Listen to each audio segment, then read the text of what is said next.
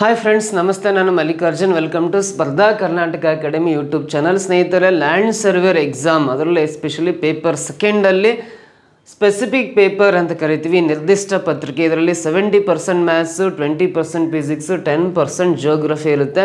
ಈ 70% maths questions ಏನು ಕೇಳ್ತಾನಲ್ಲ, ಈ ವಿಡಿಯೋದಲ್ಲಿ ಕೆಲವೊಂದು ಇಂಪಾರ್ಟೆಂಟ್ ಪ್ರಶ್ನೆಗಳನ್ನು ಯಾವ ರೀತಿ ಸುಲಭವಾಗಿ ಬಿಡಿಸ್ಬೋದು ಅಂತ ಹೇಳ್ಕೊಡ್ತೀನಿ. ಈ ವಿಡಿಯೋನ ಕೊನೆಯವರೆಗೂ ಮಿಸ್ ಮಾಡಿದೆ ನಾನು ವಾಚ್ ಮಾಡ್ತಾ ಬನ್ನಿ. ನಿಮಗೆ ಒಂದಿಷ್ಟು ಪ್ರಾಬ್ಲಮ್ ಸಾಲ್ವ್ ಮಾಡೋ ಒಂದು ಬೇಸಿಕ್ ನಾಲೆಡ್ಜ್ ಅಂತ ಖಂಡಿತ ಸಿಗುತ್ತೆ. ಸೊ ಸ್ನೇಹಿತರೆ, ಸ್ಪರ್ಧಾ ಕರ್ನಾಟಕ ಅಕಾಡೆಮಿ ಯೂಟ್ಯೂಬ್ ಚಾನಲ್ಗೆ ನೀವು ಇನ್ನೂ ಸಬ್ಸ್ಕ್ರೈಬ್ ಆಗಿಲ್ಲ ಅಂದರೆ ಸಬ್ಸ್ಕ್ರೈಬ್ ಆಗಿ, ಪಕ್ಕದಲ್ಲಿ ಬರೋ ಬೆಲ್ ಐಕನ್ ಪ್ರೆಸ್ ಮಾಡಿ ನೋಟಿಫೈ ಆಗಿರಿ. ಹಾಗೆ ಸ್ಪರ್ಧಾ ಕರ್ನಾಟಕ ಅಕಾಡೆಮಿ ಆನ್ಲೈನ್ ಪ್ಲಾಟ್ಫಾರ್ಮಲ್ಲಿ ಗೂಗಲ್ ಪ್ಲೇಸ್ಟೋರಲ್ಲಿ ಹೋಗಿ ಸ್ಪರ್ಧಾ ಕರ್ನಾಟಕ ಅಕಾಡೆಮಿ ಆ್ಯಪನ್ನು ಡೌನ್ಲೋಡ್ ಮಾಡ್ಕೊಂಡ್ರೆ ಈ ಲ್ಯಾಂಡ್ ಸರ್ವೇರ್ ಎಕ್ಸಾಮಿಗೆ ಸಂಬಂಧಪಟ್ಟಂತೆ ಫಸ್ಟು ಪೇಪರ್ ಸೆಕೆಂಡ್ನ ಕಂಪ್ಲೀಟ್ ಪ್ಯಾಕೇಜ್ ಕೋರ್ಸ್ ಅವೈಲೇಬಲ್ ಇದೆ. ಹಾಗೆ ಓನ್ಲಿ ಪೇಪರ್ ಸೆಕೆಂಡ್ ಬೇಕಂದ್ರೆ ಕೂಡ ಆ ಒಂದು ಆನ್ಲೈನ್ ಕೋರ್ಸ್ ಕೂಡ ಅವೈಲೇಬಲ್ ಇದೆ. ಬೀಟ್ ಫಾರೆಸ್ಟರ್ ಕೋರ್ಸ್ ಕೂಡ ಅವೈಲೇಬಲ್ ಇದೆ. ಸೊ ಇವುಗಳನ್ನು ನೀವು ಪಡಿಬೇಕಂದ್ರೆ ಗೂಗಲ್ ಪ್ಲೇಸ್ಟೋರಲ್ಲಿ ಹೋಗಿ ಸ್ಪರ್ಧಾ ಕರ್ನಾಟಕ ಅಕಾಡೆಮಿ ಆ್ಯಪನ್ನು ಡೌನ್ಲೋಡ್ ಮಾಡ್ಕೊಂಡು ಇದರ ಉಪಯೋಗವನ್ನು ಪಡ್ಕೊಂಡು ಇಲ್ಲಿ ಬೇಸಿಕ್ಕಿಂದ ಸಿಲೆಬಸ್ ವೈಸು, ಟಾಪಿಕ್ ವೈಸು ಎಲ್ಲ ಚಾಪ್ಟರ್ ವೈಸ್ ಕ್ಲಾಸಸ್ ಮಾಡಿದ್ದೀನಿ. ಹಾಗೆ ಟೆಸ್ಟ್ ಸೀರೀಸ್ ಕೂಡ ಅವೈಲೇಬಲ್ ಇದೆ, PDF ನೋಟ್ಸು ಕೂಡ ಅವೈಲೇಬಲ್ ಇದೆ. ಸೊ ಹೆಚ್ಚಿನ ಮಾಹಿತಿ ಬೇಕಂದ್ರೆ ಇಲ್ಲಿ ಕಾಣಿಸ್ತಕ್ಕಂಥ ಮೊಬೈಲ್ ನಂಬರ್ಗೆ ಕರೆ ಮಾಡಿ ಹೆಚ್ಚಿನ ಮಾಹಿತಿಯನ್ನು ಪಡಿತಾ ಬನ್ನಿ ಅಂತ ಹೇಳ್ತಾ, ಸೊ ಇವತ್ತಿನ ಕ್ಲಾಸಲ್ಲಿ ಯಾವ ರೀತಿ ಪ್ರಶ್ನೆಗಳಿದಾವೆ ಅಂತ ಒನ್ ಬೈ ಒನ್ ಸಾಲ್ವ್ ಮಾಡ್ತಾ ಹೋಗೋಣ. ಮೊದಲನೇ ಪ್ರಶ್ನೆ ನೋಡ್ರಿ. The 17th term of an AP is 7 more than the 10th term. Find the common difference ಅಂತ ಇದೆ. ಒಂದು ಸಮಾಂತರ ಶ್ರೇಣಿಯ 17ನೇ ಪದವು ಅದರ 10ನೇ ಪದಕ್ಕಿಂತ 7 ಹೆಚ್ಚಾಗಿದ್ದರೆ ಸಾಮಾನ್ಯ ವ್ಯತ್ಯಾಸ ಕಂಡುಹಿಡಿಯಿರಿ ಅಂತಿದೆ. ಸೊ ಅರ್ಥಮೆಟಿಕ್ ಪ್ರೋಗ್ರೆಷನ್ ಅಂತ ಕರಿತೀವಲ್ಲ, AP ಅಂತ ಕರಿತೀವಿ ಶಾರ್ಟ್ ಫಾರ್ಮಲ್ಲಿ. ಕನ್ನಡದಲ್ಲಿ ಸಮಾಂತರ ಶ್ರೇಣಿ ಅಂತ ಕರಿತೀವಿ.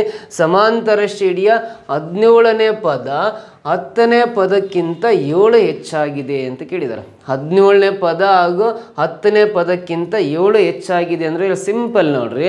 ಸಮಾಂತರ ಶ್ರೇಣಿಯ 17ನೇ ಪದ, ಆ ಸಮಾಂತರ ಶ್ರೇಣಿಯ 10ನೇ ಪದದ ವ್ಯತ್ಯಾಸ 7 ಅಂತ. The difference between 17th term and 10th term ಈ 7 ಅಂತ ಅರ್ಥ. ಸೊ ಹಾಗಾದರೆ ಆ ಸಮಾಂತರ ಶ್ರೇಣಿಯ ಸಾಮಾನ್ಯ ವ್ಯತ್ಯಾಸ, ಕಾಮನ್ ಡಿಫ್ರೆನ್ಸ್ ಕಂಡುಹಿಡಿಬೇಕಂದ್ರೆ ಸಮಾಂತರ ಶ್ರೇಣಿಯ 17ನೇ ಪದವನ್ನು ಯಾವ ರೀತಿ ಬರ್ಕೊಂತೀವಿ ನಾವು ಅಂದ್ರೆ A+16D ಅಂತ ಬರಿತೀವಿ. ಇದು ಸಮಾಂತರ ಶ್ರೇಣಿಯ 17ನೇ ಪದ ಆಗಿರುತ್ತೆ. ಸಮಾಂತರ ಶ್ರೇಣಿಯ 17ನೇ ಪದ 17th term of N AP ಅಂದರೆ ಅದನ್ನ A+16D ಅಂತ ಬರಿತೀವಿ. ಸಮಾಂತರ ಶ್ರೇಣಿಯ 10ನೇ ಪದ ಅಂದರೆ ನಾವು A+9D ಅಂತ ಬರಿತೀವಿ. ಸಮಾಂತರ ಶ್ರೇಣಿಯ 10ನೇ ಪದ ಬರಿಬೇಕಂದ್ರೆ ಈ 10ರಲ್ಲಿ 1 ಮೈನಸ್ ಮಾಡಿರಿ 9D ಆಗುತ್ತೆ. 17ನೇ 17th ಟರ್ಮ್ ಬೇಕಂದ್ರೆ 16 ಅಂತ ಮಾಡ್ಕೊಳ್ರಿ 16D ಆಗುತ್ತೆ. ಇವೆರಡಕ್ಕೂ ಡಿಫ್ರೆನ್ಸ್ ಮಾಡಿದ್ರೆ 7 ಬರುತ್ತೆ ಅಂತ. 17ನೇ ಪದಕ್ಕೂ 10ನೇ ಪದಕ್ಕೂ ವ್ಯತ್ಯಾಸ 7 ಬಂದಿದೆ ಅಂತ ಅರ್ಥ ಅದು. ಸೊ ಈ ಥರ ಮೀನಿಂಗ್ ಇದೆ. ಇದಿಷ್ಟು ಸಾಲ್ವ್ ಮಾಡಿರಿ ನಾವು ಸಮಾಂತರ ಶ್ರೇಣಿಯ ಸಾಮಾನ್ಯ ವ್ಯತ್ಯಾಸ, ಕಾಮನ್ ಡಿಫ್ರೆನ್ಸ್ ಕಂಡುಹಿಡಿಬೋದು. A+16D ಹಾಗೆ ಬರೆಯೋಣ. ಮೈನಸ್ಸಿಂದ ಮಲ್ಟಿಪ್ಲೈ ಮಾಡಿದ್ರೆ ಮೈನಸ್ ಆಗುತ್ತೆ. Minus into plus minus 9D ಆಗುತ್ತೆ ಈಕ್ವಲ್ ಟು 7 ಬರಿತೀನಿ. Plus A minus A cancel ಆಗುತ್ತೆ. 16Dಯಲ್ಲಿ 9D ಕಳೆದ್ರೆ 7D ಬರುತ್ತೆ ಈಕ್ವಲ್ ಟು 7. 7 ಒಂದಲೇ ಕ್ಯಾನ್ಸಲ್ ಆಗಿ D ಈಕ್ವಲ್ ಟು 1 ಬರುತ್ತೆ. ಈ ಸಮಾಂತರ ಶ್ರೇಣಿಯ ಸಾಮಾನ್ಯ ವ್ಯತ್ಯಾಸ, common difference of an AP ಅಂದರೆ 1 ಬರುತ್ತೆ. 1 ಅನ್ನೋದು ಇಲ್ಲಿ ಥರ್ಡ್ ಆಪ್ಷನಲ್ಲಿದೆ ನೋಡ್ರಿ. ದಿಸ್ ಈಸ್ ದ ಆನ್ಸರ್ ಅಂತ ಹೇಳ್ತೀವಿ. ಈ ರೀತಿ ಇದಕ್ಕೆ ಸೊಲ್ಯೂಷನ್ ಕಂಡುಹಿಡಿಬೋದು. ಅರ್ಥ ಆಯ್ತಾ ಈ ಕ್ವಶನ್ಗೆ? ನೆಕ್ಸ್ಟ್ ಮುಂದಿನ ಪ್ರಶ್ನೆ ಬರೋಣ ಏನಿದೆ ಅಂತ. ಈ ಚಿತ್ರದಲ್ಲಿ ಮಬ್ಬಾದ ಭಾಗದ ನಿರ್ದಿಷ್ಟ ವಿಸ್ತೀರ್ಣ ಎಷ್ಟು ಅಂತ. ಇಂಗ್ಲೀಷಲ್ಲಿ find the area of the shaded region ಅಂತ ಕೊಟ್ಟಿರ್ತಾನೆ. Find the area of the shaded region in the below diagram ಅಂತ ಕೊಟ್ಟಿರ್ತಾನೆ. ಸೊ ನೋಡ್ರಿ, ಅದು ಆ್ಯಕ್ಚುಲಿ ಡಯಾಗ್ರಾಮ್ ಇರೋದು ಇಲ್ಲಿಂದ 1 ಲೈನು, 2 ಲೈನು, 3 ಲೈನು, 4 ಲೈನು, ಇಲ್ಲಿಗ 5 ಲೈನು, ಇದು 6 ಲೈನು, ಇದು 7 ಲೈನ್. ಈ ರೀತಿ ಚಿತ್ರ ಇದೆ. ಸೊ ಇದೇನು ರೆಡ್ ಕಲರಲ್ಲಿ ಮಾರ್ಕ್ ಮಾಡಿದ್ದೀನಲ್ಲ, ಅದರೊಳಗಡೆ ಇರೋ ಗೆರೆ ಎಳೆದ ಭಾಗದ ವಿಸ್ತೀರ್ಣ ಕಂಡುಹಿಡಿಬೇಕು. ಈ ಗೆರೆ ಎಳೆದ ಭಾಗದ ವಿಸ್ತೀರ್ಣ ಕಂಡುಹಿಡಿಬೇಕಂದ್ರೆ ನೋಡ್ರಿ ಯಾವ ರೀತಿ ಇದನ್ನ ನಾವು ಸಾಲ್ವ್ ಮಾಡ್ಕೋಬಹುದು. ಈ ಗೆರೆ ಎಳೆದ ಭಾಗದ ವಿಸ್ತೀರ್ಣ ಯಾವ ರೀತಿ ಕಂಡುಹಿಡಿಬಹುದು ಅಂದ್ರೆ, ಫಸ್ಟ್ ಆಫ್ ಆಲ್ ಈ ಕೊಟ್ಟಿರೋ ಚಿತ್ರ ಇದೆಯಲ್ಲ, ಇದನ್ನು ನಾವು ಮೆನ್ಸುರೇಷನ್ ಸಮತಲಾಕೃತಿಗಳಾಗಿ ವಿಭಾಗ ಮಾಡ್ತಾ ಹೋಗೋಣ. ಈ ಥರ ಒಂದು ಹಾರಿಜಾಂಟಲ್ ಲೈನ್ ಎಳ್ಕೊಂಡೆ, ಆಮೇಲೆ ಇಲ್ಲೊಂದು ಹಾರಿಜಾಂಟಲ್ ಲೈನ್ ಡ್ರಾ ಮಾಡಿದೆ ಅಂದರೆ ನೋಡ್ರಿ, ಸೊ ಇಲ್ಲಿ 2 ಹಾರಿಜಾಂಟಲ್ ಲೈನ್ ಡ್ರಾ ಮಾಡಿದಾಗ ಸೊ ಈ ಚಿತ್ರ ಕಾಣಿಸ್ತಾ ಇದೆಯಲ್ಲ, ಇದು ತ್ರಾಪಿಜ್ಯ ಆಕಾರದಲ್ಲಿದೆ. ಸೊ ಇದು 1 ಅಂತ ನಂಬರ್ ಕೊಡ್ತೀನಿ, ಇದು ತ್ರಾಪಿಜ್ಯ ಆಕಾರದಲ್ಲಿದೆ. ಇದು 2 ಅಂತ ನಂಬರ್ ಕೊಡ್ತೀನಿ, ಇದು ಕೂಡ ಟ್ರಾಪಿಜಿಯಂ ಶೇಪಲ್ಲಿದೆ, ತ್ರಾಪಿಜ್ಯ ಆಕಾರದಲ್ಲಿದೆ. ಸೊ ಇದು 3 ಅಂತ ಕೊಡ್ತೀನಲ್ಲ, ಇದು ತ್ರಿಭುಜ ಆಕಾರದಲ್ಲಿದೆ. ಇದು 4 ಅಂತ ನೇಮ್ ಕೊಡ್ತೀನಲ್ಲ, ಇದು ಕೂಡ ತ್ರಿಭುಜ ಆಕಾರದಲ್ಲಿದೆ. ಅವೆಲ್ಲ ಆಕೃತಿಗಳ ವಿಸ್ತೀರ್ಣವನ್ನು ಕಂಡುಹಿಡಿದು ಕೂಡಿದಾಗ ಟೋಟಲ್ ಆ ಗೆರೆಳದ ಭಾಗ ಅಥವಾ ನಿರ್ದಿಷ್ಟ ಭಾಗ ಮಬ್ಬಾದ ಭಾಗದ ವಿಸ್ತೀರ್ಣ ಸಿಗುತ್ತೆ, area of the shaded reason ಸಿಗುತ್ತೆ. ಸೊ ಹಾಗಾದ್ರೆ ಫಸ್ಟ್ ಆಫ್ ಆಲ್ ನೋಡ್ರಿ, ನಾವು ಏನು ಮಾಡೋಣ ಅಂದ್ರೆ ಈ 1 ಅಂತ ನಂಬರ್ ಏನು ಕೊಟ್ಟಿದ್ದೀನಲ್ಲ, ಇದು ತ್ರಾಪಿಜ್ಯದ ವಿಸ್ತೀರ್ಣ ಅಂದರೆ ಇಲ್ಲಿಂದ ಇಲ್ಲಿಗೆ ನೋಡ್ರಿ 1 ಲೈನ್ ಇದೆ, ಇಲ್ಲಿಗೆ 2 ಲೈನ್ ಇದೆ, ಇಲ್ಲಿ 3 ಲೈನ್ ಇದೆ, ಇಲ್ಲಿ 4 ಇದೆ, ಇಲ್ಲಿ 5 ಇದೆ, ಇಲ್ಲಿಗೆ ಎಷ್ಟಿದೆ ಅಂದರೆ 6 ಇದೆ. 1 2 3 4 5 6 ಇದು 6 ಯೂನಿಟ್ಸ್ ಇದೆ, ಇದು 6 ಯೂನಿಟ್ಸ್ ಇದೆ. ಸೊ ಆಮೇಲೆ ಇಲ್ಲಿ ಮೇಲ್ಗಡೆ ಇದು 1, ಇಲ್ಲಿಂದ 1, ಇಲ್ಲಿಗೆ 2, ಇಲ್ಲಿ 3 ಇದೆ ಅಂದರೆ ಇದು 3 ಯೂನಿಟ್ಸ್ ಇದೆ. ಅದು ಕೆಳಗಿರೋ 6 ಇದೆ, ಮೇಲಿರೋದು ನೋಡ್ರಿ ಇಲ್ಲಿ ಕೆಳಗಿರೋದು 6 ಯೂನಿಟ್ಸ್ ಇದೆ, ಮೇಲಿರೋ 3 ಯೂನಿಟ್ಸ್ ಇದೆ. ಈ ತ್ರಾಪಿಜ್ಯದ ಎತ್ತರ 1 2 ಇದು ಎತ್ತರ, ಲಂಬ ಎತ್ತರ ತಗೋಬೇಕು, ಇದು 2 ಯೂನಿಟ್ಸ್ ಇದೆ ಅಂದ್ರೆ. ಸೊ ನಾವು ತ್ರಾಪಿಜ್ಯದ ವಿಸ್ತೀರ್ಣ ಕಂಡುಹಿಡಿಬೇಕಂದ್ರೆ ನೋಡ್ರಿ, ಏರಿಯಾ ಆಫ್ ಟ್ರಾಪಿಜಿಯಂ ಅಂದ್ರೆ A = ½ × H × A + B ಅಂತ ಬರಿತೀವಿ. A + B ಅಂದ್ರೆ ಇವೆರಡು ಸಮಾಂತರ ಬಾಹುಗಳಿದಾವಲ್ಲ, ಇದೊಂದು ಲೈನು ಇದೊಂದು ಲೈನನ್ನು ಸಮಾಂತರ ಬಾಹುಗಳು ಅಂತ ಕರಿತೀವಿ. ಆ ಸಮಾಂತರ ಬಾಹುಗಳ ಮೊತ್ತ ಅಂತ ಕರಿತೀವಿ. ಅಂದ್ರೆ ಇದನ್ನು ಕೂಡಬೇಕು, 6 + 3 9. ಸೊ 6 + 3 1/2 ಹಾಗೆ ಬರೆಯೋಣ. ಎತ್ತರ H ಅಂದರೆ 2 ಇದೆ, 2 ಬರೆಯೋಣ. A + B ಅಂದರೆ ಇದು A 6, ಇದು B ಅಂದರೆ 3, 6 + 3 9 ಆಗುತ್ತೆ. 2 2 ಕ್ಯಾನ್ಸಲ್ ಆಗಿ ಈ 1 ನಂಬರ್ ಚಿತ್ರ ಇದೆಯಲ್ಲ, ಇದರ ವಿಸ್ತೀರ್ಣ 9 ಚದರಮಾನಗಳು ಬರ್ತದೆ. ಸೊ ಸ್ಕ್ವೇರ್ ಯೂನಿಟ್ಸ್ ಅಂತ ಕರಿತೀವಿ ಇಂಗ್ಲೀಷಲ್ಲಿ, 9 ಸ್ಕ್ವೇರ್ ಯೂನಿಟ್ಸ್ ಆಗಿದೆ ಅಂತ. ಅದೇ ರೀತಿ ಇದು 2 ಅಂತ ನಂಬರ್ ಕೊಟ್ಟಿನಲ್ಲ, ಇದು ಕೂಡ ತ್ರಾಪಿಜ್ಯ ಆಕಾರದಲ್ಲಿದೆ. ಇದು 6 ಯೂನಿಟ್ಸ್ ಇದೆ. ಇದು ಇಲ್ಲಿಂದ ಇಲ್ಲಿ 1 2 3 4 5 6 7 7 ಯೂನಿಟ್ಸ್ ಇದೆ. ಆಮೇಲೆ ಇದರ ಎತ್ತರ ಇಲ್ಲಿಂದ ಇಲ್ಲಿಗೆ ಎಷ್ಟಿದೆ ಅಂದರೆ 2 ಯೂನಿಟ್ಸ್ ಇದೆ. ಅಂದರೆ ಈ 7 6 ಆ್ಯಡ್ ಮಾಡಿ ಸೇಮ್ ಇದೇ ಫಾರ್ಮುಲಾ, 1/2 × ಹೈಟ್ ಇದು ಎತ್ತರ 2 ಇದೆ, 2 ಬರಿಬೇಕು. ಸೊ A + B ಅಂದರೆ 7 + 6 ಅಂದರೆ 13 ಆಗುತ್ತೆ. 2 2 ಕ್ಯಾನ್ಸಲ್ ಆಗಿ ಅದರ ವಿಸ್ತೀರ್ಣ 13 ಚದರಮಾನಗಳು ಬರ್ತವೆ. 13 ಸ್ಕ್ವೇರ್ ಯೂನಿಟ್ಸ್ ಬರುತ್ತೆ ಎರಡನೇ ಚಿತ್ರದ ವಿಸ್ತೀರ್ಣ. ಅದೇ ರೀತಿ ಈ ಮೂಲೆ ಚಿತ್ರ ಇದೆಯಲ್ಲ, ಇದು ತ್ರಿಭುಜ ಆಕಾರದಲ್ಲಿದೆ. ಇದು ತ್ರಿಭುಜದ ಪಾದ 2 ಯೂನಿಟ್ಸ್ ಇದೆ. ಇಲ್ಲಿಂದ ಇಲ್ಲಿಗೆ ತ್ರಿಭುಜದ ಪಾದ ಅಂತ ತಗೊಂಡ್ರೆ 2 ಯೂನಿಟ್ಸ್ ಇದೆ. ಇದು 1 2 3 ಇದು ತ್ರಿಭುಜದ ಎತ್ತರ ತಗೊಂಡ್ರೆ 3 ಯೂನಿಟ್ಸ್ ಇದೆ. ತ್ರಿಭುಜದ ವಿಸ್ತೀರ್ಣ ಕಂಡುಹಿಡಿಯೋ ಫಾರ್ಮುಲಾ ನಮಗೆ ಗೊತ್ತಿದೆ, ½ × ಬೇಸ್ × ಹೈಟ್ ಅಂತ, ಅರ್ಧ × ಪಾದ × ಎತ್ತರ ಅಂತ. ಸೊ ಇಲ್ಲಿ ಅರ್ಧ ಬರ್ಕೊಂಡು, ಪಾದ ಅಂದರೆ ಇದು ಬೇಸ್, ಇಲ್ಲಿಂದ ಇಲ್ಲಿಗೆ 2 ಇದೆ, 2 ಬರಿಬೇಕು. × ಎತ್ತರ ಅಂದರೆ 3 ಇದೆ, 3 ಬರಿಬೇಕು. 2 2 ಕ್ಯಾನ್ಸಲ್ ಆಗಿ ಅದರ ವಿಸ್ತೀರ್ಣ 3 ಸ್ಕ್ವೇರ್ ಯೂನಿಟ್ಸ್ ಬರುತ್ತೆ. ಸೊ ಅದೇ ಥರ ಇದೇ ಫಾರ್ಮುಲಾ ಪ್ರಕಾರ ಇಲ್ಲೂ ಕೂಡ ಇನ್ನೊಂದು ತ್ರಿಭುಜ ಕಾಣಿಸ್ತಾ ಇದೆ, 4ನೇ ಚಿತ್ರ. ಇಲ್ಲಿ ಪಾದ 1 2 3 4 5 ಯೂನಿಟ್ಸ್ ಇದೆ, 5 ಯೂನಿಟ್ಸ್ ಇದೆ. ಎತ್ತರ ಇಲ್ಲಿಂದ ಇಲ್ಲಿಗೆ 1 ಯೂನಿಟ್ ಇದೆ ಅಂದರೆ ಸೊ ಸೇಮ್ ಫಾರ್ಮುಲಾ, ½ × ಬೇಸ್ ಅಂದರೆ 5 ಯೂನಿಟ್ಸ್, ಹೈಟ್ ಅಂದರೆ 1 ಬರುತ್ತೆ. 1 × 5 5 × 1 ಅಂದರೆ 5/2 ಅಂದರೆ ಇದು 2.5 ಬರುತ್ತೆ. ಸೊ ಇವೆಲ್ಲ 4 ಚಿತ್ರಗಳ ವಿಸ್ತೀರ್ಣಗಳನ್ನು ಕೂಡ್ಕೋಬೇಕು. 13 + 9 22, 22 + 3 25, 25 + 2 ಅಂದರೆ 27 ಬರುತ್ತೆ. ಆ ಒಂದು ಏರಿಯಾ ಆಫ್ ಶೇಡೆಡ್ ರೀಸನ್ ಅಂದರೆ 27.5 ಸ್ಕ್ವೇರ್ ಯೂನಿಟ್ಸ್ ಬರುತ್ತೆ. ಆಪ್ಷನ್ ಡಿ ನಲ್ಲಿ ಇದೆಯಲ್ಲ, ದಿಸ್ ಈಸ್ ದ ಆನ್ಸರ್ ಅಂತ ಕರಿತೀವಿ. 27.5 ಚದರಮಾನಗಳು ಬರುತ್ತೆ. ಓಕೆನಾ ಸರ್, ನೆಕ್ಸ್ಟ್ ಕ್ವಶನ್ ಬರೋಣ. ಇದಾದ್ಮೇಲೆ ಮುಂದಿನ ಪ್ರಶ್ನೆ ನೋಡ್ರಿ, ಇಲ್ಲಿ 8x + 3y - 13 = 0 ಅಂತ ಒಂದು ಸಮೀಕರಣ ಇದೆ. 6x + 5y - 18 = 0 ಅಂತ ಮತ್ತೊಂದು ಸಮೀಕರಣ ಇದೆ. ಇವೆರಡೂ ಸಮೀಕರಣಗಳನ್ನು ಬಿಡಿಸಿದಾಗ x ಮತ್ತು y ಬೆಲೆಗಳನ್ನು ಕಂಡುಹಿಡಿತಾ ಬರಬೇಕು. ಇವೆರಡೂ ಸಮೀಕರಣಗಳನ್ನು ಬಿಡಿಸಿ. ಸೊ ನೋಡ್ರಿ, ಇದು ಎರಡೂ ಸಮೀಕರಣ ಬರೆಯೋದಾದ್ರೆ 8x + 3y = ಈ -13 ರೈಟ್ ಸೈಡ್ ಬಂದರೆ +13 ಆಗುತ್ತೆ. ಅದೇ ರೀತಿ ಕೆಳಗಡೆ 6x + 5y = -18 ರೈಟ್ ಸೈಡ್ ಬಂದರೆ +18 ಆಗುತ್ತೆ. -18 ರೈಟ್ ಸೈಡ್ ಬಂದರೆ ಪ್ಲಸ್ 18 ಆಗುತ್ತೆ. ಸೊ ಹಾಗಾದ್ರಲ್ಲಿ ಎಕ್ಸ್ ವ್ಯಾಲ್ಯೂ ಮತ್ತು ವೈ ವ್ಯಾಲ್ಯೂಗಳನ್ನು ನಾವು ಕಂಡುಹಿಡಿಬೇಕಾಗುತ್ತೆ. ಎಕ್ಸ್ ವ್ಯಾಲ್ಯೂ ಮತ್ತು ವೈ ವ್ಯಾಲ್ಯೂನ ಕಂಡುಹಿಡಿಬೇಕು. ಇವೆರಡು ಸರಳ ರೇಖಾತ್ಮಕ ಸಮೀಕರಣಗಳು. ಸೊ ಇವನ್ನ ಸರಳ ರೇಖಾತ್ಮಕ ಸಮೀಕರಣ ಸೈಮಲ್ಟೇನಿಯಸ್ ಲೀನಿಯರ್ ಇಕ್ವೇಷನ್ಸ್ ಅಂತ ಕರಿತೀವಿ. ಸೈಮಲ್ಟೇನಿಯಸ್ ಲೀನಿಯರ್ ಇಕ್ವೇಷನ್ಸ್ ಅಂತ ಕರಿತೀವಿ. ಸೊ ಈ ಸರಳ ರೇಖಾತ್ಮಕ ಸಮೀಕರಣಗಳನ್ನು ಬಿಡಿಸ್ಬೇಕಂದ್ರೆ ಎಕ್ಸ್ ವ್ಯಾಲ್ಯೂ ಬೇಕಂದ್ರೆ ನೋಡ್ರಿ, ಎಕ್ಸ್ ಕೋಎಫಿಷಿಯಂಟ್ ಬಿಟ್ಟು ವೈನ ಸಹಗುಣಕಗಳು ಮತ್ತು ಈ ಸ್ಥಿರಾಂಕಗಳನ್ನು ನಾವೇನು ಮಾಡ್ಕೋಬೇಕು ಅಂದ್ರೆ ಊರೇ ಗುಣಾಕಾರ ಮಾಡ್ಕೋಬೇಕು. ಊರೇ ಗುಣಾಕಾರ ಅಂದ್ರೆ 5 × 13 ಅಂದರೆ 65 ಬರುತ್ತೆ. ಮೈನಸ್ ಹಾಕೋಬೇಕು ಮಧ್ಯದಲ್ಲಿ. 18 × 3 ಅಂದರೆ 18 ಮೂಲ 54 ಆಗುತ್ತೆ. ಅದೇ ರೀತಿ ಇಲ್ಲಿ ಎಕ್ಸ್ ಮತ್ತು ವೈ ಬೆಲೆಗಳನ್ನು ಕ್ರಾಸ್ ಮಲ್ಟಿಪ್ಲಿಕೇಶನ್ ಮಾಡ್ಕೊಳ್ಳೋಣ. ಎಕ್ಸ್ ಮತ್ತು ವೈ ಬೆಲೆಗಳನ್ನು 5 × 40 ಬರುತ್ತೆ, 40 ಬರೆಯೋಣ. ಮೈನಸ್ 6 ಮೂಲ 18 ಬರುತ್ತೆ, 18 ಬರೆಯೋಣ. 65 ಮೈನಸ್ 54 ಅಂದರೆ 65ರಲ್ಲಿ 54ನ್ನು ಮೈನಸ್ ಮಾಡಿದಾಗ 11 ಬರುತ್ತೆ. 40ರಲ್ಲಿ 18 ಮೈನಸ್ ಮಾಡಿರಿ 22 ಬರುತ್ತೆ. 11 1 11 2 22 ಕ್ಯಾನ್ಸಲ್ ಆಗಿ ಎಕ್ಸ್ನ ಬೆಲೆ 1/2 ಬರುತ್ತೆ.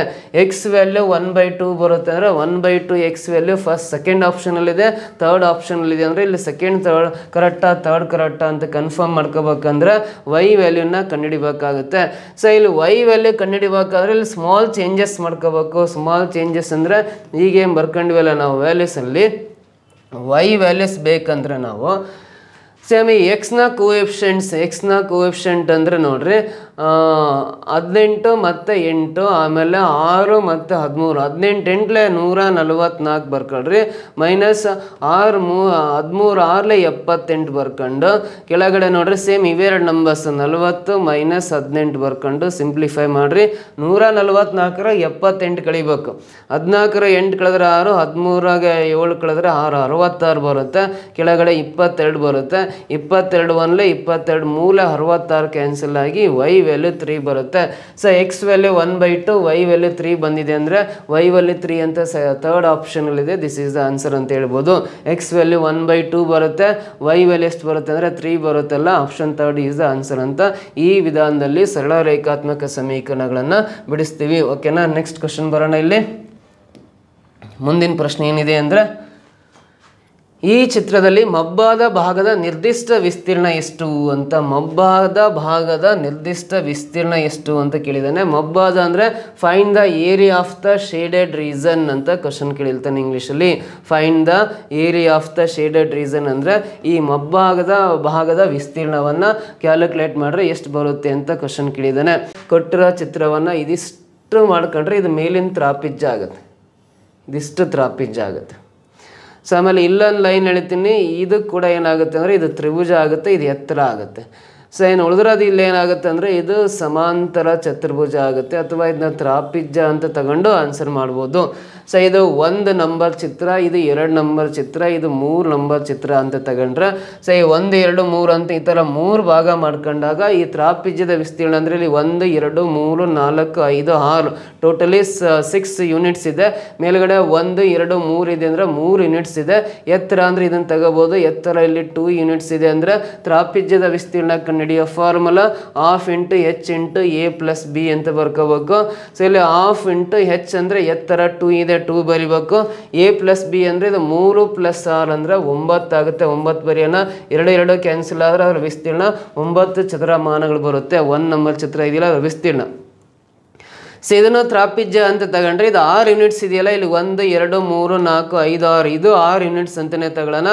ಸೊ ಇದ್ರ ಎತ್ತರ ಅಂದರೆ ನೋಡ್ರಿ ಇಲ್ಲಿಂದ ಇಲ್ಲಿ ಇರ್ತಕ್ಕಂಥದ್ದು ಎತ್ತರ 2 ಯೂನಿಟ್ಸ್ ಅಂತ ಬರ್ಕೊಂಡು ಸೇಮ್ ಅದೇ ಫಾರ್ಮುಲಾ ಹಾಕೊಂಡು 1/2 ಇಂಟು ಎತ್ತರ 2 ಬರ್ಕೊಂಡು ಇದು 6 ಇದು 6 ಇದು 6 + 6 ಅಂದರೆ 12 ಬರುತ್ತೆ. ಸೊ 12 ಬರ್ಕೊಂಡು 2 2 ಕ್ಯಾನ್ಸಲ್, ಇದರ ವಿಸ್ತೀರ್ಣ 12 ಚದರಮಾನಗಳು ಬರ್ತವೆ. 2 ನಂಬರ್ ಚಿತ್ರ ಇದೆಯಲ್ಲ ಅದರ ವಿಸ್ತೀರ್ಣ. ಸೊ ಕೆಳಗಡೆ ಇದೆಯಲ್ಲ ತ್ರಿಭುಜ ಆಕಾರದಲ್ಲಿದೆ. ಸೊ ಇದು ಬೇಸ್ 6 ಯೂನಿಟ್ಸ್ ಇದೆ, ಹೈಟ್ ಎಷ್ಟಿದೆ ಅಂದರೆ 2 ಯೂನಿಟ್ಸ್ ಇದೆ ಅಂದರೆ ತ್ರಿಭುಜದ ವಿಸ್ತೀರ್ಣ ಕಂಡುಹಿಡಿಯೋ ಫಾರ್ಮುಲಾ ಇದೆಯಲ್ಲ. ಸೊ ಅರ್ಧ into 1/2 into base into height ಅಂತ ಬರಿತೀವಿ. 1/2 ಬರ್ಕೊಳ್ಳೋಣ. ಬೇಸ್ ಅಂದರೆ ಪಾದ ಇಲ್ಲಿ 6 ಇದೆ, 6 ಬರ್ಕೊಳ್ಳೋಣ. ಎತ್ತರ ಅಂದರೆ ಇದು ತ್ರಿಭುಜದ ಎತ್ತರ 2 ಇದೆ, 2 ಬರೆಯೋಣ. 2 2 ಕ್ಯಾನ್ಸಲ್ ಆದರೆ ವಿಸ್ತೀರ್ಣ 6 ಚದರಮಾನಗಳು ಬರುತ್ತೆ. ಇವೆಲ್ಲವೂ ಕೂಡಿದಾಗ ಎಷ್ಟಾಗುತ್ತೆ? 12 + 9 21 + 6 ಅಂದರೆ 27 ಚದರಮಾನಗಳು ಆ ಗೆರೆಳೆದ ಭಾಗದ ವಿಸ್ತೀರ್ಣ ಆಗಿರುತ್ತೆ. 27 ಸ್ಕ್ವೇರ್ ಯೂನಿಟ್ಸ್ ಅಂತದ್ದು ಆಪ್ಷನ್ ಸಿ ನಲ್ಲಿದೆ. ದಿಸ್ ಈಸ್ ದ ಆನ್ಸರ್ ಅಂತ ಕರಿತೀವಿ. ಓಕೆನಾ, ನೆಕ್ಸ್ಟ್ ಕ್ವಶನ್ ಬರೋಣ. In triangle P Q R angle Q equal to 90 degree. P R plus Q R equal to 25 centimetre. P Q equal to 5 centimetre. Then find the sine R ಅಂತ ಕೊಟ್ಟಿದ್ದಾನೆ ಇಲ್ಲಿ. So ನೋಡ್ರಿ, ಚಿತ್ರ ಯಾವ ರೀತಿ ಬರಿಬೋದು ಈ ಕ್ವಶನ್ಗೆ ಅಂದರೆ, ನಾವು ತ್ರಿಭುಜ ಪಿ ಕ್ಯೂ ಆರ್ನಲ್ಲಿ ಕ್ಯೂ ಈಕ್ವಲ್ ಟು ಇಲ್ಲಿ 90 ಡಿಗ್ರಿ ಇದೆ. 90 ಡಿಗ್ರಿ ಇದೆ. P R plus Q R equal to, P R ಅಂದರೆ ಇಲ್ಲಿಂದ ಇದು P R plus Q R ಇವೆರಡೂ ಕೂಡಿದಾಗ 25 ಸೆಂಟಿಮೀಟರ್ ಇದೆ. ಪಿ ಕ್ಯೂ ಈಕ್ವಲ್ ಟು ಪಿನಿಂದ ಕ್ಯೂಗೆ 5 ಸೆಂಟಿಮೀಟರ್ ಇದೆ. ಸೊ ಇದು ಲಂಬಕೋನ ತ್ರಿಭುಜ ರೈಟ್ ಆ್ಯಂಗಲ್ ಟ್ರಯಾಂಗಲ್ ಆಗಿರೋದ್ರಿಂದ ಪೈಥಾಗೋರಸ್ನ ತ್ರಿವಳಿಗೆ ಅಪ್ಲಿಕೇಬಲ್ ಆಗ್ತವೆ. ಒಂದು ಸೈಡ್ 5 ಇದೆ ಅಂದರೆ 5ಇಂದ ಸ್ಟಾರ್ಟ್ ಆಗ ಪೈಥಾಗೋರಸ್ ತ್ರಿವಳಿ ಗೊತ್ತಿದ್ರೆ ನಿಮಗೆ 5, 12, 13 ಅನ್ನೋದು ಪೈಥಾಗೋರಸ್ ತ್ರಿವಳಿ ಆಗಿರುತ್ತೆ. ಈ 12 + 13 ಕೂಡಿದಾಗ 25 ಕರೆಕ್ಟ್ ಬರುತ್ತೆ ಅಂದರೆ ನಾನು ಇದು ಪಿ ಆರ್ ಅನ್ನೋದು ಐಪಾಟ್ನೀಸ್ ಸೈಡ್ ಆಗುತ್ತೆ. ವಿಕರ್ಣ ಆಗೋದ್ರಿಂದ ಐಪಾಟ್ನೀಸ್ ಸೈಡ್ ವಿಕರ್ಣ ಆಗೋದ್ರಿಂದ ಇದೇ ಜಾಸ್ತಿ ಬರೀಬೇಕು. ಇದು 13 ಸೆಂಟಿಮೀಟರ್ ಬರ್ಕೊಳ್ಳೋಣ. ಕ್ಯೂ ಆರ್ ಅನ್ನು 12 ಸೆಂಟಿಮೀಟರ್ ಅಂತ ಬರ್ಕೊಳ್ಳೋಣ. ಸೊ ಇಲ್ಲಿ ಏನು ಕೇಳಿದ್ದಾರೆ, ಅದರ ಸೈನ್ ಆರ್ನ ಬೆಲೆ ಎಷ್ಟು? ಇಲ್ಲಿ ಸೈನ್ ಆರ್, ಇಲ್ಲಿ ಆರ್ ಇದೆಯಲ್ಲ ಆ್ಯಂಗಲ್, ಸೈನ್ ಆರ್ನ ಬೆಲೆ ಎಷ್ಟಿದೆ? ಐಪಾಟ್ನೀಸ್ ಸೈಡ್ ಅಂದ್ರೆ ಈ ಆರ್ ಕೇಳಿದಾನಂದರೆ ಈ ಆರ್ ಕೋನಕ್ಕೆ ವಿರುದ್ಧವಾದ ಬಾಹು ಪಿ ಕ್ಯೂ ಇರುತ್ತಲ್ಲ, ಇದನ್ನು ನಾವು ವಿರುದ್ಧ ಬಾಹು ಅಪೋಸಿಟ್ ಸೈಡ್ ಅಂತ ತಗೊಂತೀವಿ. ಈ ಕ್ಯೂ ಆರ್ ಅನ್ನು ಏನಂತ ತಗೊಂತೀವಿ? ಅಡ್ಜಸೆಂಟ್ ಸೈಡ್, ಕನ್ನಡದಲ್ಲಿ ಪಾರ್ಶ್ವ ಬಾಹು ಆಗುತ್ತೆ. ಪಿ ಆರ್ ಅನ್ನೋದು ಹೈಪಾಟ್ನೀಸ್ ಸೈಡ್ ಆಗುತ್ತೆ. ಸೊ ಹಾಗಾದ್ರೆ ಸೈನ್ ಆರ್ ಕಂಡುಹಿಡಿಬೇಕಂದ್ರೆ ಸೈನ್ ಫಂಕ್ಷನ್ ಟ್ರಿಗ್ನೋಮೆಟ್ರಿ ನೀವು ಓದಿದಿರಂದ್ರೆ ಸೈನ್ ಫಂಕ್ಷನ್ನ ರೇಷಿ ಯಾವ ರೀತಿ ಬರಿತೀವಿ ಅಂದ್ರೆ opposite side by hypotenuse side ಅಂತ ಬರಿತೀವಿ ಸೈನ್ ಆರ್ ಅನ್ನ. ಸೊ ಅಲ್ಲಿ ಆಪೋಸಿಟ್ ಸೈಡ್ ಅಂದ್ರೆ 13 ಇದೆ. ಸಾರಿ, ಆಪೋಸಿಟ್ ಸೈಡ್ ಅಂದ್ರೆ 13 ಅಲ್ಲ, 5 ಇದೆ. ಆಪೋಸಿಟ್ ಸೈಡ್ ಅಂದ್ರೆ ಎಷ್ಟಿದೆ ಅಂದ್ರೆ 5 ಇದೆ. 5 ಬರಿತೀನಿ opposite side. Divide by hypotenuse side ಎಷ್ಟಿದೆ ಅಂದ್ರೆ 13 ಇದೆಯಲ್ಲ. ಸೈನ್ ಆರ್ನ ಬೆಲೆ 5/13 ಆಗುತ್ತೆ. 5/13 ಅನ್ನೋದು ಆಪ್ಷನ್ 3rd ಒನಲ್ಲಿ ಇದೆಯಲ್ಲ, ದಿಸ್ ಇಸ್ ದ ಆನ್ಸರ್ ಅಂತ ಕರಿತೀವಿ. ಸೈನ್ ಆರ್ನ ಬೆಲೆ 5/13 ಆಗಿರುತ್ತೆ. ಓಕೆನಾ, ಇದಿಷ್ಟು ಗೊತ್ತಾದ್ಮೇಲೆ ನೆಕ್ಸ್ಟ್ ಕ್ವಶನ್ ಬರ್ರಿ. ಚಿತ್ರದಲ್ಲಿ ಮ್ಯಾಥ್ ಒಂದು ಆಯತ ನೋಡ್ರಿ, MATH ಮ್ಯಾಥ್ ಅನ್ನೋದು ಒಂದು ಆಯತಾಕಾರದಲ್ಲಿ ಇದೆ ಅಂತ ಕೊಟ್ಟಿದ್ದಾನೆ. ಮ್ಯಾಥ್ ಎಂಬ ಆಕೃತಿ ಇದೆಯಲ್ಲ, ಇದು ರೆಕ್ಟ್ಯಾಂಗಲ್ ಶೇಪಲ್ಲಿದೆ. ರೆಕ್ಟ್ಯಾಂಗಲ್ ಶೇಪಲ್ಲಿದೆ. MATH ಮ್ಯಾಥ್ ಅನ್ನೋದು ರೆಕ್ಟ್ಯಾಂಗಲ್ ಆಯತಾಕಾರದಲ್ಲಿದೆ. ಇದರಲ್ಲಿ BG = 9 ಅಂತ ಇದೆ. B ಇಂದ ಜಿಗೆ ಎಷ್ಟಿದೆ ಅಂದರೆ 9 ಸೆಂಟಿಮೀಟರ್ ಅಥವಾ 9 ಯೂನಿಟ್ಸ್ ಇದೆ. HM = 12 ಅಂತ ಇದೆ. HM ಅಂದರೆ ಇಲ್ಲಿಂದ ಇಲ್ಲಿಗೆ 12 ಇದೆ ಅಂತ ಕೊಟ್ಟಿದ್ದಾನೆ. ಆಮೇಲೆ HT = H ಇಂದ ಟಿಗೆ ಎಷ್ಟಿದೆ ಅಂದರೆ 30 ಇದೆ ಅಂತ ಕೊಟ್ಟಿದ್ದಾನೆ. ಈ ಚಿತ್ರದ ಮಬ್ಬಾದ ಪ್ರದೇಶದ ವಿಸ್ತೀರ್ಣ, ಈ area of the shaded reason, ಕೆಳಗೆ ಭಾಗ ಶೇಡಿಂಗ್ ಮಾಡಿದೆಯಲ್ಲ, ಇದರ ವಿಸ್ತೀರ್ಣ ಎಷ್ಟು ಅಂತ ಕಂಡುಹಿಡಿಬೇಕು. ಸೊ ನೋಡಿ, ಇದಕ್ಕೆ ಆನ್ಸರ್ ಮಾಡ್ಬೇಕಂದ್ರೆ ಫಸ್ಟ್ ಇದು ಮ್ಯಾಥ್ ಅನ್ನೋದು ಆಯತಾಕಾರದಲ್ಲಿ ಇದೆಯಲ್ಲ, ಆಯತದ ವಿಸ್ತೀರ್ಣ ಕಂಡುಹಿಡಿಯೋಣ. ಲೆಂತ್ ಇಂಟು ಬ್ರೆಡ್ತ್ ಅಂತ ಬರೀತೀವಿ, ಉದ್ದ ಇಂಟು ಅಗಲ. ಸೊ ಇದು 30 ಇದೆಯಲ್ಲ, ಇದು ಆಯತದ ಉದ್ದ ಆಗುತ್ತೆ. ಇದು 12 ಇದೆಯಲ್ಲ, ಇದು ಆಯತದ ಅಗಲ ಆಗುತ್ತೆ ಅಂದ್ರೆ ಸೊ ಈ 30 × 12ನ ಮಲ್ಟಿಪ್ಲೈ ಮಾಡಿರಿ. 12 3 36, 360 ಚದರಮಾನಗಳು ಬರುತ್ತೆ, ಸ್ಕ್ವೇರ್ ಯೂನಿಟ್ಸ್ ಬರುತ್ತೆ ಆಯತದ ವಿಸ್ತೀರ್ಣ. ಸೊ ಈ ಗೆರೆ ಎಳೆದ ಭಾಗದ ವಿಸ್ತೀರ್ಣ ಬೇಕಂದ್ರೆ ಇಲ್ಲಿ AMB ಅಂತ ಇದೆಯಲ್ಲ, ಇದು ತ್ರಿಭುಜಾಕಾರದಲ್ಲಿದೆ. ಈ ತ್ರಿಭುಜದ ವಿಸ್ತೀರ್ಣ ಕಂಡುಹಿಡಿಯೋಣ. ರೆಡ್ ಕಲರಲ್ಲಿ ಬರ್ದನಲ್ಲ, ಆ ತ್ರಿಭುಜದ ವಿಸ್ತೀರ್ಣ ಅಂದರೆ ಅರ್ಧ ಇಂಟು ಪಾದ ಇಂಟು ಎತ್ತರ, half into base into height ಅಂತ ಗೊತ್ತಿದೆ. ಅರ್ಧ ಇಂಟು ಪಾದ ಅಂದರೆ ಎಷ್ಟಿದೆ ಅಂದರೆ AM ಅನ್ನೋದೇ ಪಾದ. ಇದು 30 ಇದೆ ಅಂದರೆ ಇದು ಆಯತ ಅಂದಮೇಲೆ ಮೇಲಿಂದ ಏನಿಂದ ಎಮ್ಗೂ ಕೂಡ 30 ಇರುತ್ತೆ. 30 ಬರ್ಕೋಬೇಕು. ಸೊ H ಅಂದರೆ ಈ ತ್ರಿಭುಜದ ಎತ್ತರ, ಜಿನಿಂದ ಬಿಗಿರೋದು ಎತ್ತರ ಆಗಿರುತ್ತೆ. 9 ಬರ್ಕೊಂತೀನಿ. 2 ರಿಂದ 30 ಡಿವೈಡ್ ಮಾಡಿದ್ರೆ 15 ಬರುತ್ತೆ. 15 9 135 ಅನ್ನೋದು ಆ ತ್ರಿಭುಜದ ವಿಸ್ತೀರ್ಣ ಆಗಿರುತ್ತೆ. ಈ ಮಬ್ಬಾದ ಭಾಗದ ವಿಸ್ತೀರ್ಣ ಅಥವಾ ಗೆರೆ ಎಳೆದ ಭಾಗದ ವಿಸ್ತೀರ್ಣ, ಏರಿಯಾ ಆಫ್ ಶೇಡೆಡ್ ರೀಸನ್ ಬೇಕಂದ್ರೆ 360ರಲ್ಲಿ ಈ 135 ಮೈನಸ್ ಮಾಡಿದ್ರೆ ನಮಗೆ ಉಳಿಯೋದು 225 ಬರುತ್ತಲ್ಲ, ಇದು ಏರಿಯಾ ಆಫ್ ಶೇಡೆಡ್ ರೀಸನ್ ಆಗುತ್ತೆ. 225 ಚದರ ಯೂನಿಟ್ ಅಂತ ಬರುತ್ತಲ್ಲ, option C, this is the answer ಅಂತ ಕರಿತೀವಿ. ಕ್ಲಿಯರ್ ಆಗುತ್ತಾಯ್ತಾ? ಈ ರೀತಿ ಕ್ವಶನ್ಸ್ನ ಕೇಳೋ ಸಾಧ್ಯತೆ ಇರುತ್ತೆ. ನೆಕ್ಸ್ಟ್ ಕ್ವಶನ್ ಬರೋಣ. The length of a minute and of a clock is 14 centimeter. Find the area covered by minute and in 15 minutes ಅಂತ ಇದೆ. ಒಂದು ಗಡಿಯಾರದಲ್ಲಿನ ನಿಮಿಷದ ಮುಳ್ಳಿನ ಉದ್ದವು 14 ಸೆಂಟಿಮೀಟರ್ ಆಗಿದೆ. ಆ ಮುಳ್ಳು 15 ನಿಮಿಷದಲ್ಲಿ ಕ್ರಮಿಸುವ ವಿಸ್ತೀರ್ಣವನ್ನು ಕಂಡುಹಿಡಿಯಿರಿ ಅಂತ ಪ್ರಶ್ನೆ ಇದೆ. ಸೊ ನೋಡ್ರಿ, ಇಲ್ಲಿ ಒಂದು ಗಡಿಯಾರದಲ್ಲಿ ನಿಮಿಷದ ಮುಳ್ಳಿನ ಉದ್ದ 14 ಸೆಂಟಿಮೀಟರ್ ಇದೆ. ಒಂದು ನಿಮಿಷದ ಮುಳ್ಳು 14 ಸೆಂಟಿಮೀಟರ್ ಇದೆ. Find the area covered by minute and in 15 minutes. ಅದು 15 ನಿಮಿಷದಲ್ಲಿ ಎಷ್ಟು ಏರಿಯಾವನ್ನು ಕವರ್ ಮಾಡುತ್ತೆ ಅಂತ ಕ್ವಶನ್ ಕೇಳಿದ್ದಾನೆ. ಸೊ ಒಂದು ಗಡಿಯಾರದಲ್ಲಿ ನೋಡ್ರಿ, ಗಡಿಯಾರ ಈ ರೀತಿ ಬರಿತೀನಿ, ಗಡಿಯಾರ ಈ ರೀತಿ ಬರೋದು. ಗಡಿಯಾರದಲ್ಲಿ ನಿಮಿಷದ ಮುಳ್ಳಿನ ಉದ್ದ, ಸೊ ಇದು 12 ಬರಿತಾ ಇದ್ದೀನಿ, ಇಲ್ಲಿ 3 ಬರಿತಾ ಇದ್ದೀನಿ, ಇಲ್ಲಿ 9 ಬರಿತೀನಿ, ಇಲ್ಲಿ 6 ಬರಿತಾ ಇದ್ದೀನಿ. ಸೊ ನಿಮಿಷದ ಮುಳ್ಳಿನ ಉದ್ದ, ಇದು ನಿಮಿಷದ ಮುಳ್ಳು ಬರಿತಾ ಇದ್ದೀನಿ. ಎಷ್ಟಿದೆ ಅಂದರೆ 14 ಸೆಂಟಿಮೀಟರ್ ಉದ್ದ ಇದೆ. ಆ ಮುಳ್ಳು 15 ನಿಮಿಷದಲ್ಲಿ ಕ್ರಮಿಸುವ ವಿಸ್ತೀರ್ಣ, ಈ ನಿಮಿಷದ ಮುಳ್ಳು 12 ಹತ್ರ ಇರೋದು 3ಕ್ಕೆ ಬಂತು ಅಂದರೆ ಇದು 15 ನಿಮಿಷ ಆಗುತ್ತೆ.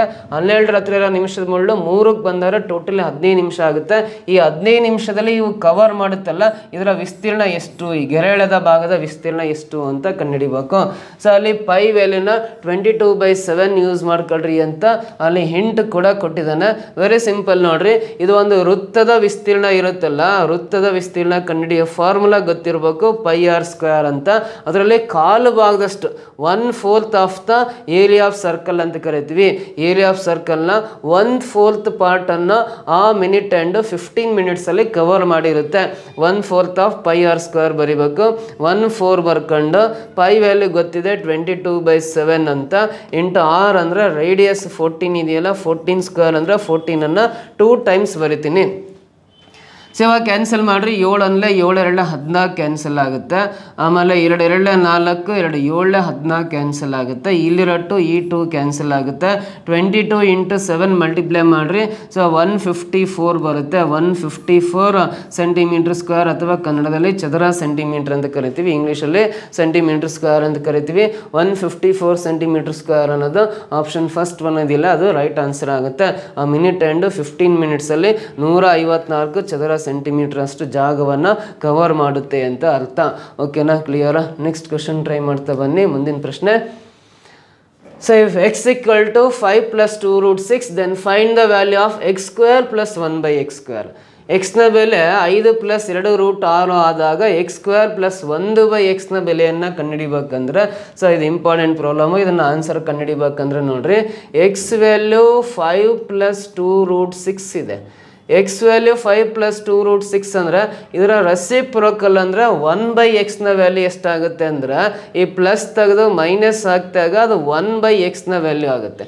ಎಕ್ಸ್ ವ್ಯಾಲ್ಯೂ 5 + 2√6 ಕ್ವಶನಲ್ಲೇ ಇದೆ ಅಂದರೆ ನಾವು 1/x ವ್ಯಾಲ್ಯೂ ಕಂಡುಹಿಡಿಯೋಣ. ಅಂದರೆ ಎಕ್ಸ್ನ ರೆಸಿಪ್ರೋಕಲ್ ಅಂದರೆ ಈ ಪ್ಲಸ್ ತೆಗೆದು ಮೈನಸ್ ಹಾಕಿದಾಗ 5 - 2√6 ಅನ್ನೋದು 1/x ನ ವ್ಯಾಲ್ಯೂ ಆಗಿರುತ್ತೆ. ಇವಾಗ ಈ ಎಕ್ಸ್ ವ್ಯಾಲ್ಯೂ 1/x ವ್ಯಾಲ್ಯೂನ ಏನು ಮಾಡೋಣ ಅಂದರೆ ಅಡಿಷನ್ ಮಾಡೋಣ. x + 1/x ಮಾಡೋಣ. ಎಕ್ಸ್ ಅಂದರೆ 5 + 2√6 ಬರಿತೀನಿ, ಪ್ಲಸ್ 1/x ಅಂದರೆ 5 - 2√6 ಬರಿತೀನಿ.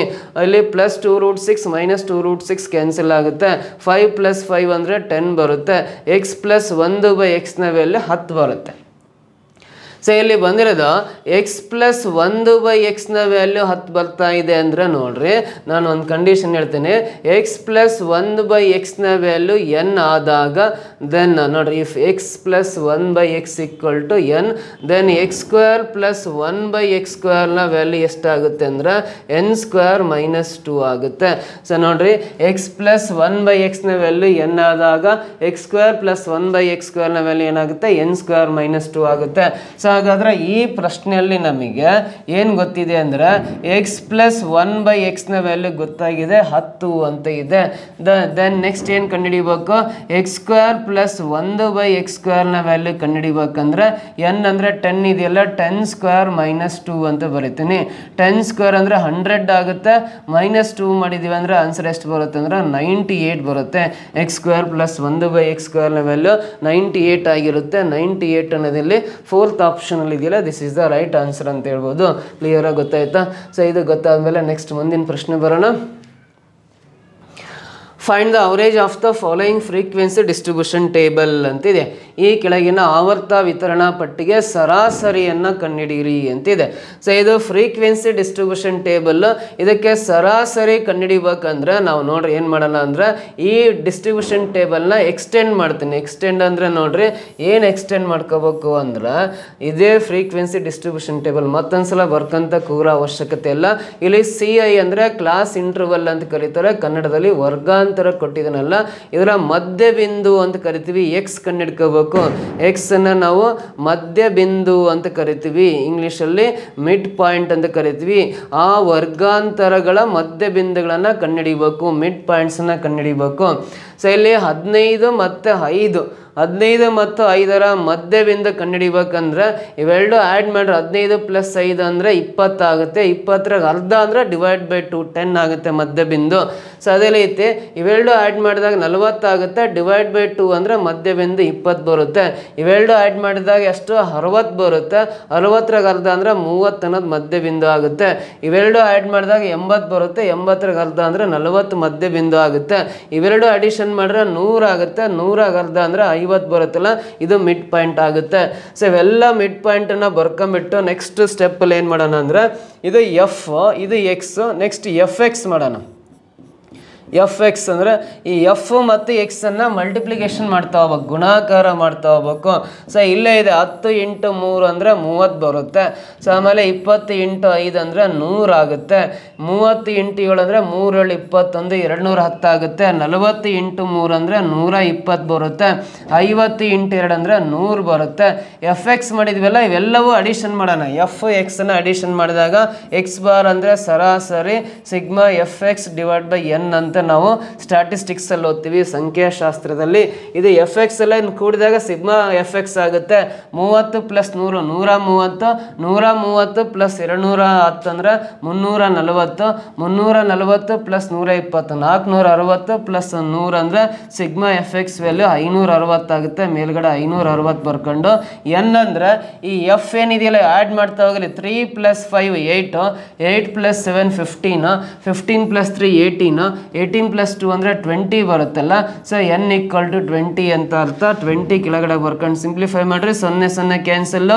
2ರಿಂದ 56 ಡಿವೈಡ್ ಮಾಡಿದಾಗ 28 ಬರುತ್ತಲ್ಲ, ಇದೇ ಸರಾಸರಿ ಆಗಿರುತ್ತೆ. ಮೀನ್ ಅಂತ ಕರಿತೀವಿ, ಅವರೇಜ್ ಅಂತ ಕರಿತೀವಿ. 28 ಬರುತ್ತೆ. 28 ಇಲ್ಲಿ ಸೆಕೆಂಡ್ ಆಪ್ಷನಲ್ಲಿ ಇದೆಯಲ್ಲ, ದಿಸ್ ಇಸ್ ದ ಆನ್ಸರ್ ಅಂತ ಹೇಳ್ತೀವಿ. ಓಕೆನಾ, ಕ್ಲಿಯರಾ? ನೆಕ್ಸ್ಟ್ ಕ್ವಶನ್ ಬರೋಣ. ಮುಂದಿನ ಪ್ರಶ್ನೆ. The two sides of a triangle are 8 cm and 11 cm respectively. If the perimeter is 32 cm, then find the area of the triangle ಅಂತಿದೆ. ಒಂದು ತ್ರಿಭುಜದ ಎರಡು ಬಾಹುಗಳು 8 ಸೆಂಟಿಮೀಟರ್ ಮತ್ತು 11 ಸೆಂಟಿಮೀಟರ್ ಹಾಗೂ ಅದರ ಸುತ್ತಳತೆ 32 ಸೆಂಟಿಮೀಟರ್ ಆದರೆ ಆ ತ್ರಿಭುಜದ ವಿಸ್ತೀರ್ಣವನ್ನು ಕಂಡುಹಿಡಿಯಿರಿ ಅಂತ ಕೇಳಿದ್ದಾನೆ. ಸೊ ತ್ರಿಭುಜದ ಎರಡು ಬಾಹುಗಳ ಅಳತೆ ಕೊಟ್ಟಿದ್ದಾನೆ. 8 ಸೆಂಟಿಮೀಟರ್ ಇದೆ, ಮತ್ತೊಂದು 11 ಸೆಂಟಿಮೀಟರ್ ಇದೆ. ಸೊ ತ್ರಿಭುಜದ ಸುತ್ತಳತೆ ಹೇಳಿದ್ದಾನೆ ನೋಡ್ರಿ.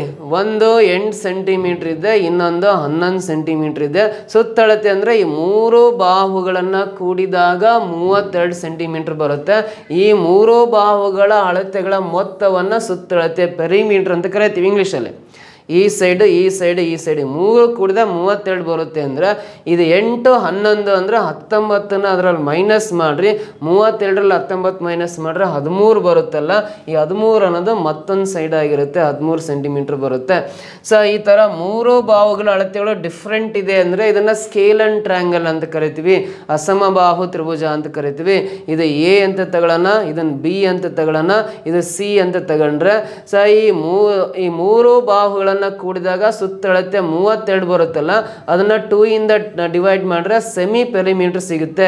ಸೊ 32ರ ಅರ್ಧ ಅಂದ್ರೆ 16 ಸೆಂಟಿಮೀಟರ್ ಅನ್ನೋದು ಅರ್ಧ ಸುತ್ತಳತೆ ಆಗಿರುತ್ತೆ. ಸೆಮಿ ಪೆರಿಮೀಟರ್ ಕಂಡುಹಿಡ್ಕೋಬೇಕು. ಯಾಕೆ ಸೆಮಿ ಪೆರಿಮೀಟರ್ ಕಂಡುಹಿಡಿದೆ ಅಂದ್ರೆ ಅಸಮಬಾಹು ತ್ರಿಭುಜದ ವಿಸ್ತೀರ್ಣ ಕಂಡುಹಿಡಿಯೋ formula area of scalene triangle ಅಂದ್ರೆ A = √S × S - A × S - B × S - C ಅಂತ ಆಗುತ್ತೆ. ಇದು ಅಸಮಬಾಹು ತ್ರಿಭುಜದ ವಿಸ್ತೀರ್ಣ ಕಂಡುಹಿಡಿಯೋ ಫಾರ್ಮುಲಾ. A ಅಂದರೆ 8, B ಅಂದರೆ 13, C ಅಂದರೆ 11, S ಅಂದರೆ ಸೆಮಿ ಪೆರಿಮೀಟರ್ 16 ಬಂದಿದೆ. ಇವೆಲ್ಲ ವ್ಯಾಲ್ಯೂಸ್ ಇದರಲ್ಲಿ ಹಾಕೊಂಡ್ರೆ ಸೊ ನಮಗೆ ತ್ರಿಭುಜದ ವಿಸ್ತೀರ್ಣ ಸಿಗುತ್ತೆ. ಸೊ ಇಲ್ಲಿ S ಅಂದರೆ ನೋಡ್ರಿ 16 ಇದೆ, 16 ಬರ್ಕೋಬೇಕು.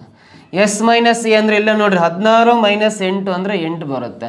ಎಸ್ ಮೈನಸ್ ಬಿ ಅಂದರೆ 16 ಮೈನಸ್ 13 ಅಂದರೆ 3 ಬರುತ್ತೆ. ಎಸ್ ಮೈನಸ್ ಸಿ ಅಂದರೆ 16 ಮೈನಸ್ 11 ಅಂದರೆ 5 ಬರುತ್ತೆ. 16 ಮೈನಸ್ 11 ಅಂದರೆ 5 ಬರುತ್ತೆ. ಸೊ ಈ 16 ರೂಟಿಂದ ಹೊರ ಬಂದರೆ 4 ಆಗುತ್ತೆ. ಸೊ ಇಲ್ಲಿ 8 3 24, 24 5 120 ಬರುತ್ತೆ. ಒಳಗಡೆ 120 ಬರೀತೀನಿ. 120ನ್ನು ನಾವು ಫ್ಯಾಕ್ಟರ್ಸ್ ಆಗಿ ಬರೀಲಿಕ್ಕೆ ಬರುತ್ತಾ? ಯಾವಾರು ಎರಡು ಸಂಖ್ಯೆಗಳನ್ನು ಗುಣಾಕಾರ ಮಾಡ್ರೆ 120 ಬರುತ್ತೆ ಅಂದರೆ ನಾವು ಸೊ ಈ 120ನ್ನು ನಾವು ಯಾವ ರೀತಿ ಬರೀಬೋದು ಅಂದರೆ 4 × 30, 34 120 ಆಗುತ್ತೆ. ಈ 4 ರೂಟಿಂದ ಹೊರ ಬಂದರೆ 2 ಆಗುತ್ತೆ. ಸೊ 8 ರೂಟ್ ಒಳಗಡೆ 30 ಇರುತ್ತೆ. 4 2 8 ರೂಟ್ ಒಳಗಡೆ 30 ಇದೆಯಲ್ಲ, 8 ರೂಟ್ 30 ಸೆಂಟಿಮೀಟರ್ ಸ್ಕ್ವೇರ್ ಅನ್ನೋದು ಈ ಕೊಟ್ಟಿರೋ ತ್ರಿಭುಜದ ವಿಸ್ತೀರ್ಣ ಆಗುತ್ತೆ. 8 ರೂಟ್ 30 ಸೆಂಟಿಮೀಟರ್ ಸ್ಕ್ವೇರ್ ಅಂತ ಈ ಮೊದಲನೇ ಆಪ್ಷನಲ್ಲಿದೆ. ದಿಸ್ ಈಸ್ ದ ಆನ್ಸರ್ ಅಂತ ಕರಿತೀವಿ. ಅರ್ಥ ಆಯ್ತಾ? ಸೊ ಈ 10 ಕ್ವಶನ್ಸ್ ಈ ರೀತಿ ಬಿಡಿಸ್ಬೋದು. 10ನೇ ಪ್ರಶ್ನೆಗೆ ಆನ್ಸರ್ ಈ ರೀತಿ ಇದೆ.